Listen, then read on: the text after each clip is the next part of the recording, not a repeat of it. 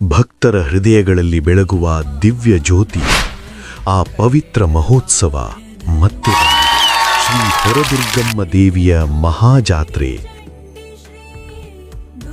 ಭಾವೈಕ್ಯತೆಯ ನಾಡು ಎಂಬ ಹೆಸರಾದ ಶಿರಹಟ್ಟಿ ತಾಲೂಕಿನ ಛಬ್ಬಿ ಗ್ರಾಮದ ಮಾರ್ಚ್ 10 ಮತ್ತು 11, 2026ರಂದು ಭಕ್ತಿ ಭಾವದಿಂದ ನಡೆಯಲಿದೆ. ದೇವಿಯ ದಿವ್ಯ ಅಲಂಕಾರ, ವಿಶೇಷ ಪೂಜೆ, ಮಂಗಳಾರತಿ ಭಕ್ತರ ಮನಸ್ಸಿಗೆ ಶಾಂತಿ ಮತ್ತು ಆನಂದ ನೀಡುತ್ತದೆ. ಪ್ರತಿ 3 ವರ್ಷಕ್ಕೊಮ್ಮೆ ನಡೆಯುವ ಈ ಅಪರೂಪದ ಮಹೋತ್ಸವದಲ್ಲಿ